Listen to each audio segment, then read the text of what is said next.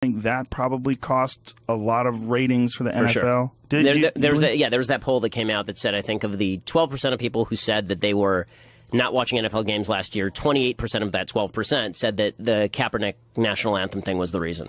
Yeah, I mean, so some people, it probably emboldened them. They probably liked it, and they wanted to watch it more. This was fascinating about the cultural breakdown of the country. Basically, white people hated it and black people loved it. This is how the polls were. It was like 72% of black people thought it was great, and like an equal percentage of white people thought that it was just terrible. Which is a fascinating look at sort of how race relations work in the country at large. It's actually one of the reasons I think that ESPN's been losing ratings. Like, I used to watch ESPN religiously, and now all I want is to just watch my sports and not be bothered with the politics. Right. Because I say I do that during the day, and it's a pet peeve of mine that every time I turn on ESPN, I have to lecture about Caitlyn Jenner or about Black Lives Matter. I mean, ultimately, it's to bring awareness and make people, realize what's really going on in this country. There are a lot of things that are going on that are unjust, people aren't being held accountable for. And that's something that needs to change. That's something that, this country stands for: freedom, liberty, justice for all. And it's not happening for all right now. Is this something that's evolved as a philosophy in your mind? And how has this kind of progressed that you make a stand like this? It's something that I've seen, I've felt, wasn't quite sure how to deal with originally. And it is something that's evolved. It's something, as I've gained more knowledge about, what's gone on in this country in the past, what's going on currently. These aren't new situations. This isn't new ground. It's things that have gone on in this country for years and years and have never been addressed, and they need to be. Okay, what a hero, what a hero. And the media are treating him like a hero. He's just a hero, an unbelievable hero. ABC News has a column today by Ian O'Connor. This is from ESPN. And this ESPN, as I've said before many times, and as you know, folks, I'm always right, ESPN is just MSNBC with footballs. And ESPN is praising him. Colin Kaepernick stood tall while sitting down, which is not an easy thing to do. In fact, what he did in benching himself for the national anthem on Friday night was the hardest thing he could possibly do. The easy thing, that would be standing silently with his teammates on the San Francisco 49ers sideline, cutting against the grain of his conscience. Nobody would have known the difference, but he planted himself among the Gatorade buckets, understanding that in an age of 24/7 surveillance, he would be outed soon enough. He didn't strike the kind of dramatic pose made by Tommy Smith and John Carlos at the 1968 Summer Games in Mexico City, and that was okay. He made his statement loudly and clearly, and he said, I'm not going to stand up and show pride in a flag for a country that oppresses black people and people of color. Right, black people and people of color, like Colin Kaepernick, who earns on average $19 million a year for being one of the crappier quarterbacks in the NFL. Again, that wouldn't be the end of the issue. I mean, there are plenty of people who have made lots of money. There are plenty of black people who were making lots of money in 1950 when Jim Crow was still a thing, right? Sammy Davis was making a lot of money in 1960 when Jim Crow was still a thing. But right now, Jim Crow is not a thing. And so now he's promulgating lies for the lapdog media. And the media are just lapping it up. They love this stuff. They love it. And there's somebody I thought who wrote an interesting column who said, if you're booing him, you should really be booing Muhammad Ali, because Muhammad Ali did the same kind of stuff. If you recall, Muhammad Ali did take booze at the time, and he rightly took booze at the time because he said some pretty evil and egregious things. I know we've made a hero out of Muhammad Ali now because he became kind of this American spokesman later in his life, but early in his life, he was saying some pretty vile things about the United States and about the war in Vietnam. But at least back when he was doing it, there was actual serious racial discrimination happening on a systemic level across the country. That simply is not true. It was bad when he said it even then. It's simply not true with Colin Kaepernick now, right? I mean, this is all nonsense. The idea that police are out there just murdering black people, that's all they care about. They're out there killing black people and targeting black people. The criminal justice system is full of racism. All of this is a lie, and we've discussed this about 1,000 times on the program, so no need to go through all the statistics again. I have full videos on this talking about all of these statistical anomalies that the left likes to cite and explaining where they come from. But Kaepernick, first of all, there's something cynical to this. Kaepernick is 5 seconds away from being cut by the San Francisco 49ers for sucking at his job. So he wanted to make this headline, and that way, if he gets cut, he can turn around and say, the real reason they cut me was not because I'm a really crappy football player. The real reason that they cut me is because I am such a standard bearer for Black Lives Matter. Okay, that's worth noting. But here's the thing about Kaepernick. Kaepernick represents the mainstream left. Him not standing up for the national anthem is actually what the mainstream left now believes. Isaiah Thomas, who was the GM of the New York Knicks, one of the worst GMs in NBA history, he said sort of the same thing over the weekend. He said that white silence is violence. This is his line.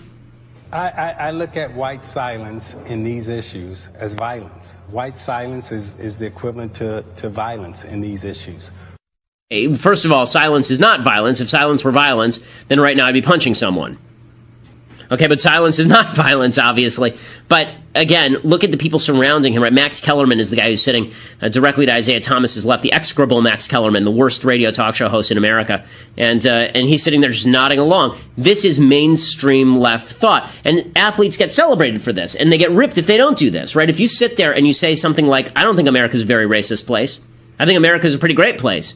Then you get ripped as a sellout. You get ripped as an Uncle Tom. If you do what Kaepernick did, you get praised by the media, sports and political both. Whoa, what a courageous guy. What a courageous guy.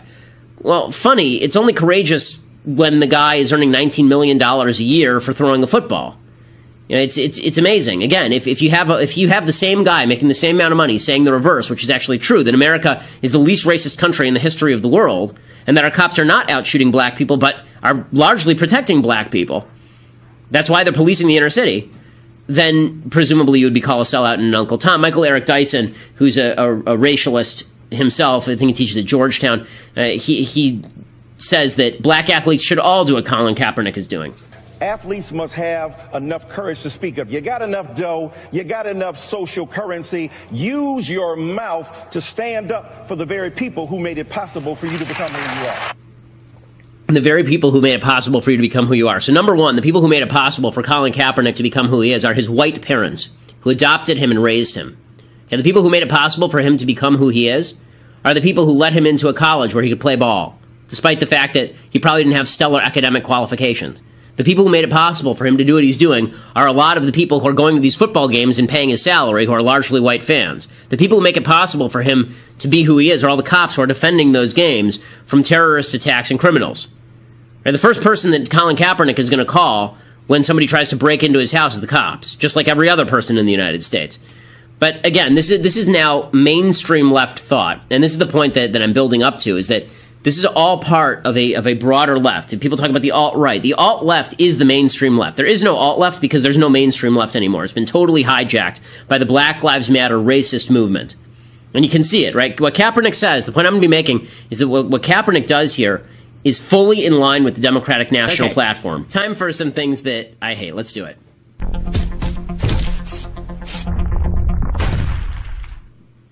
Right, intense. Okay, so a few things that I hate. First of all, Kanye West is still taken seriously by people, and I don't know why. I mean, after you marry Kim Kardashian, haven't you waived any claim to being taken seriously as a human being? But nonetheless, he went out of his gourd again at the VMAs. Again, I'm not sure who's even seen this. I've heard it reported on, but I'm not sure that anybody's ever watched the VMAs or that it exists.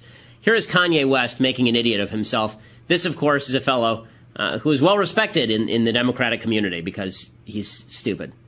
Later tonight, Famous might lose to Beyonce, but I can't be mad. I'm always wishing for Beyonce to win, so, just to put the audacity to put Anna Wintour right next to Donald Trump. I mean, like, I put Ray J in it, bro. Like,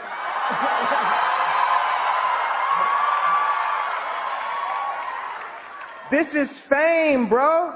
Like, we came over in the same boat. Now we all in the same bed. Well, maybe different boats, but, but if you think about last week, it was 22 people murdered in Chicago. You know, when you're a senior and it's like the last month and you just don't feel like doing any more work, if you feel like you're seeing people dying right next to you, you might feel like, what's the point? Like life could be like, start to feel worthless in a way. Like I know times for me, I sit down and talk to older, like rich people, aka white, but my role models are artists, merchants. There's less than 10 that I can name in history. Truman, Ford, Hughes, Disney, Jobs, West.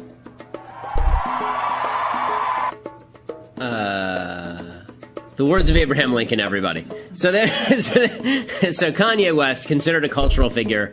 We deserve everything that we get.